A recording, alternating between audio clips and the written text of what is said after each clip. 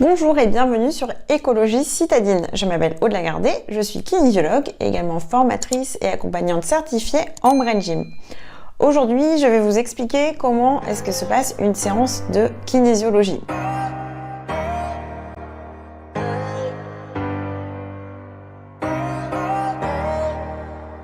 On va commencer par faire un petit point. Donc, si c'est la première fois que vous venez, on va faire ce qu'on appelle une anamnèse, me donner un petit peu de contexte sur pourquoi est-ce que vous êtes là, qu'est-ce que vous avez envie de travailler, sachant qu'il y a des personnes qui vont vraiment poser beaucoup de questions déjà dans cette partie.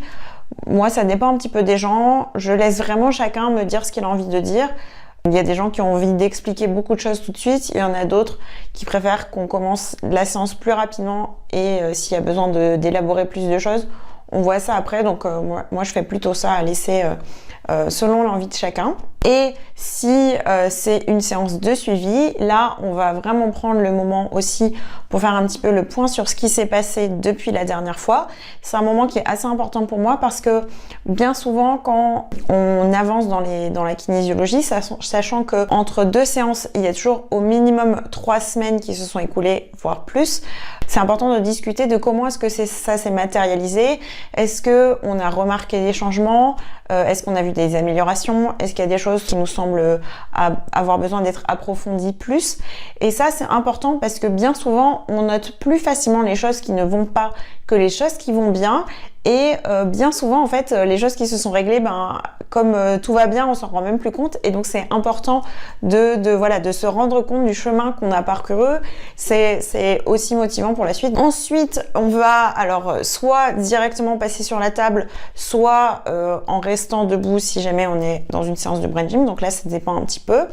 Et on va commencer par faire donc soit des pré-tests, donc vérifier par exemple est-ce que la personne est assez hydratée, est-ce que au niveau énergique, énergétique, les tests de base sont corrects, qui va nous donner plus de fiabilité pour la suite. Et dans le cas d'une séance de Brain Gym, là on va faire l'ECAP. Il y a une vidéo justement consacrée à l'ECAP si vous voulez découvrir cet enchaînement d'exercices qui est disponible sur la chaîne.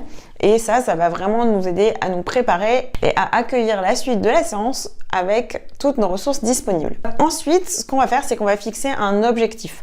Donc un objectif, c'est quelque chose qui, en début de séance, est stressant, qui n'est pas intégré. Et justement, c'est ce vers quoi on veut aller. Donc un objectif, c'est toujours quelque chose de positif. C'est quelque chose qu'on va élaborer ensemble, sur quoi vous avez envie de travailler.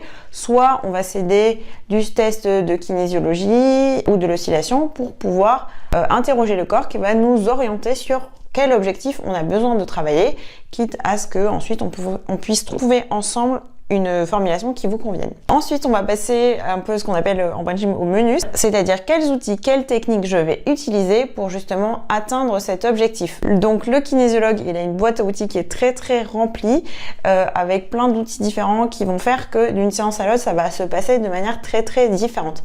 Il y a des séances justement comme avec la Brain Gym où on va être plus dans faire du mouvement, on va être dans le ressenti dans le corps, on va travailler sur les différentes parties du cerveau. Il y a d'autres séances, on va plus aller chercher l'histoire, peut-être on va aller fouiller dans le passé, voire parfois même dans la généalogie sur des événements qui ont pu arriver et qui peuvent expliquer pourquoi aujourd'hui l'objectif est stressant. Il y a d'autres séances encore où on va être beaucoup plus sur un travail émotionnel. Si on est dans le cadre de la santé par le toucher, on va aller tester plein de muscles, on va aller voir les différents méridiens, des choses qui s'inspirent de la médecine chinoise.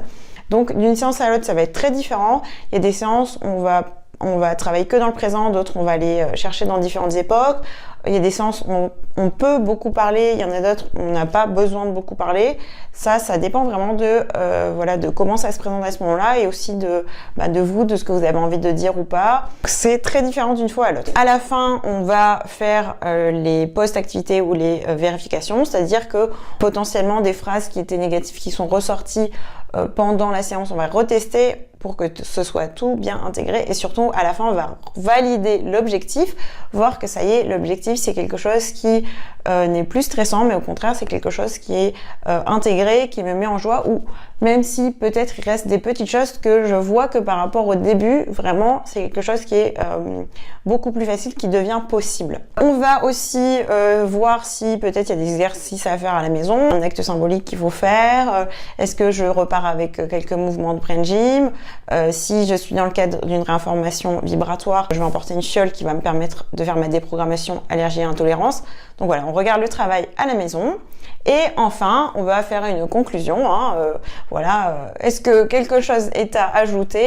Éventuellement, on va voir si on prend un autre rendez-vous tout de suite ou si on attend un petit peu, ou si ça y est, la personne considère que le travail lui a suffi, que c'est terminé pour l'instant. Et encore une fois, sachant que les séances de kinésiologie, c'est maximum toutes les 3 semaines. On considère que c'est le temps d'intégration. Qu'est-ce qui se passe après une séance quand on rentre chez soi? Alors là, c'est comme après une séance de d'autres médecine douce, comme je sais pas, si je reviens de l'ostéo ou ce genre de choses. On peut avoir un petit peu un contre-coup après, il est toujours conseillé de bien dormir, de bien boire. Il y a des gens qui vont être très fatigués, même une personne qui a eu des courbatures. On peut vraiment avoir un petit contre-coup qui arrive dans les 2-3 jours qui suivent la séance. Donc si ça arrive, c'est totalement normal. S'il ne se passe rien, c'est très bien aussi, mais s'il se passe quelque chose, il faut pas s'inquiéter. Après, dans les 2-3 jours encore qui suivent, on va commencer vraiment à voir les bienfaits.